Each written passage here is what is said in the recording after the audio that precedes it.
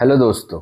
स्वागत है आपका द मेंटोर जोन में। आज से हमारा मैथ सीरीज स्टार्ट हो रहा है और पहला चैप्टर क्लास 10th का रियल नंबर्स जो हम शुरू करने वाले हैं।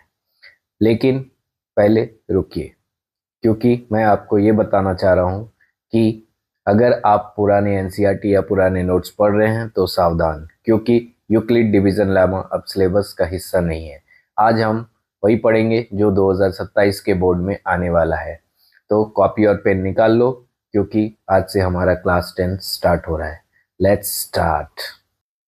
तो अब बात करते हैं रियल नंबर्स होते क्या है।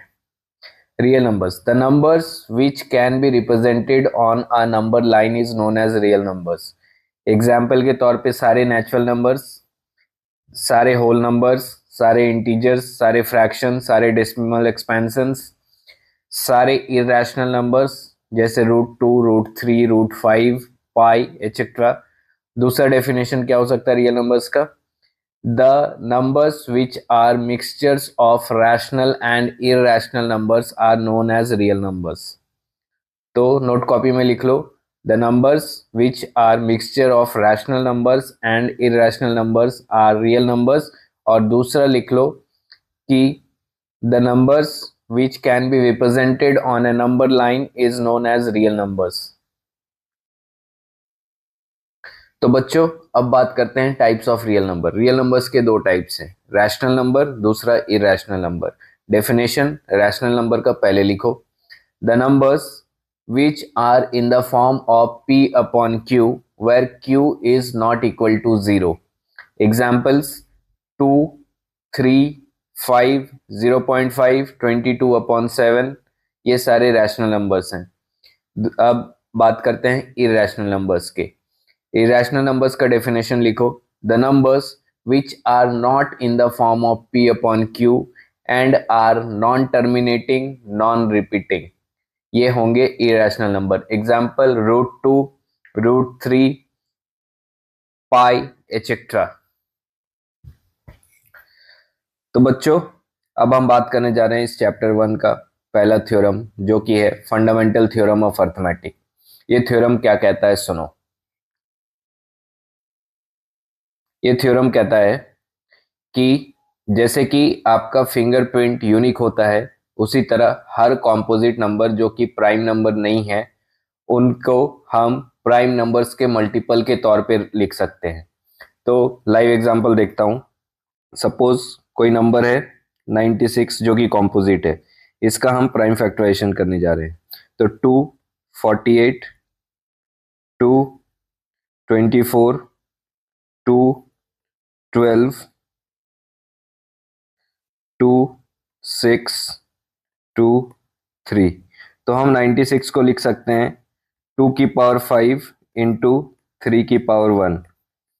तो इस थ्योरम का कहने का मतलब ये है कि हर कॉम्पोजिट नंबर्स को हम प्राइम नंबर्स के मल्टीपल के तौर पे लिख सकते हैं। नाम तो बहुत बड़ा है, फंडामेंटल थ्योरम ऑफ अर्थमेटिक, पर है कुछ भी नहीं। तो बच्चों अब हम दूसरा एग्जांपल देखते हैं फंडामेंटल थ्योरम ऑफ अर्थमेटिक का। चलो इसका भी लाइव डीएनए किया जाए। सपोज नंबर है 104, तो इसका प्राइम फैक्टराइजेशन करते हैं। 104, 2, 52, 2, 26, 2, 13। तो 104 को हम लिख सकते हैं 2 की पावर 3 इंटू 13 की पावर 1। तो ये है फंडामेंटल थ्योरम ऑफ अर्थमेटिक। मतलब कोई भी कॉम्पोजिट नंबर्स को जिसके एक से ज़्यादा फैक्टर्स हैं, उनको हम प्राइम नंबर्स के मल्टीपल के तौर पे लिख सकते हैं। तो अब उम्मीद है आप लोग को क्लियर हो गया होगा फंडामेंटल थ्योरम ऑफ अर्थमेटिक। तो बच्चों अब हम बात करेंगे एचसीएफ एंड एलसीएम। ये ऐसा टॉपिक है जो एग्जाम्स के पेपर में आपको दिखना ही दिखना है। चलो बात करते हैं एचसीएफ एंड एलसीएम। एचसीएफ क्या होता है? Highest common factor. Highest common factor. LCM क्या होता है? Lowest common multiple. आप लोग सोच रहे होंगे मैंने स्टार क्यों लगाया। स्टार लगा है क्योंकि ये कंफर्म क्वेश्चन पेपर में दिखेगा। तो अब हम बात करते हैं एचसीएफ का। तो हमें एचसीएफ में उन सभी प्राइम नंबर्स को उठाना है जिनकी पावर सबसे कम हो। पावर सबसे कम हो। और एलसीएम के लिए उन सभी प्राइम नंबर्स को इन्वॉल्व करना है जिनकी पावर सबसे ज्यादा हो और जो उसके फैक्टर्स में हो। ठीक है, सबसे हाईएस्ट पावर। अब आते हैं एग्जाम्पल पे। एग्जाम्पल हम लेंगे आपके एनसीईआरटी बुक का 96 एंड 404। दोनों का प्राइम फैक्टराइजेशन कीजिए। पहले 48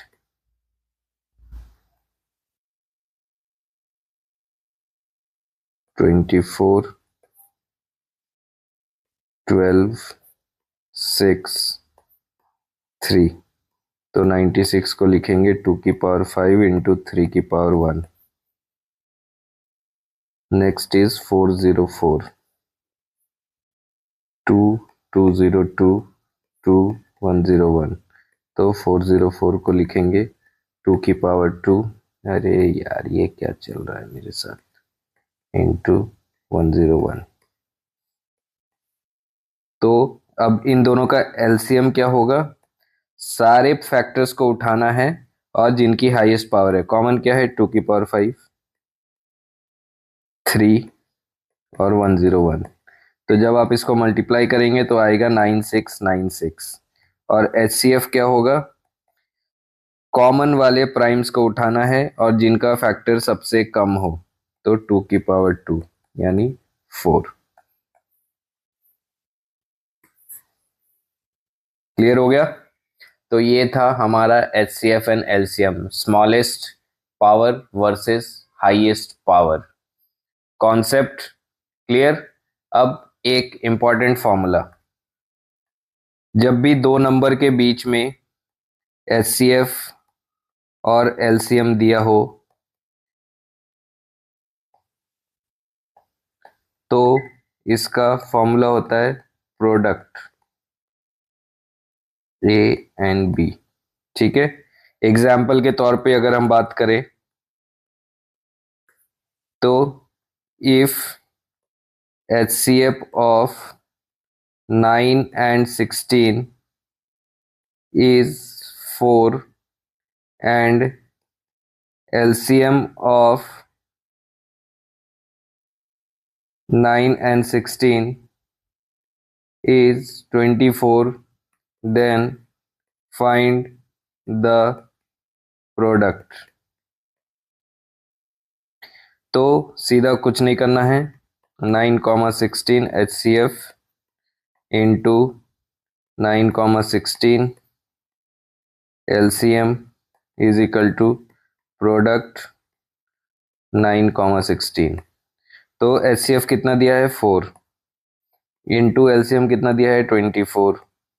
तो 24 इंटू 4 इज 6 एंड 8 96। तो जो आपका आंसर होगा वो 96 होगा। ये एक एग्जाम्पल था, ठीक है, मुझे आपको समझाना था। अब मुझे पता है 9 और 16 का HCF 4 नहीं होता है और LCM भी 9 16 का 24 नहीं होता है।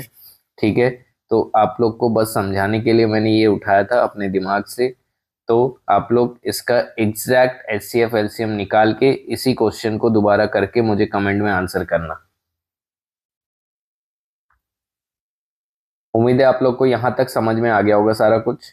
ठीक है, तो अब मेन टॉपिक आएगा इरैशनैलिटी प्रूविंग, तो वो देखते हैं। तो बच्चों अब हम बात करते हैं इस चैप्टर का सबसे बड़ा विलन, प्रूविंग इरैशनैलिटी। ये पेपर में 100% दिखना ही दिखना है, क्योंकि अभी लेटेस्ट जो एग्जाम हुआ था इसमें सेम क्वेश्चन आया था, prove that root 2 is irrational. तो चलो इसको देखते हैं हम इसको कैसे करेंगे। इसको हम करेंगे मेथड ऑफ कॉन्ट्राडिक्शन से। ठीक है, पहले हम स्टेप 1 क्या होगा हमारा, लेट √2 बी रैशनल नंबर। तो हम √2 को लिख सकते हैं a/b where a and b are coprime. ठीक है, अब हम करेंगे स्टेप 2, स्क्वायरिंग बोथ साइड्स। तो √2 square is equal to a/b square. तो 2 is equal to a square upon b square, यहाँ से 2b square is equal to a square. तो अब होगा 2b square is equal to a square. इसका मतलब हुआ a square is divided by 2, which means a is also divided by 2। ठीक है, अब हम स्टेप 3 लिखेंगे, late a equal to 2k।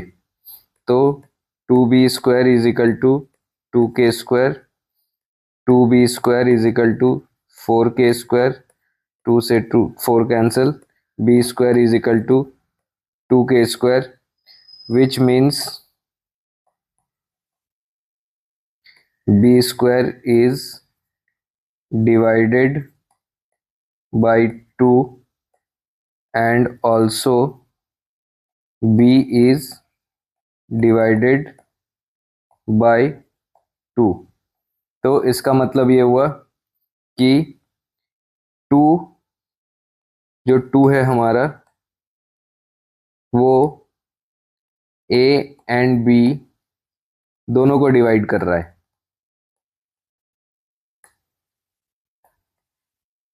तो को प्राइम कैसे हुए a एंड b? तो हमारा a एंड b को प्राइम नहीं है, hence our assumption is wrong।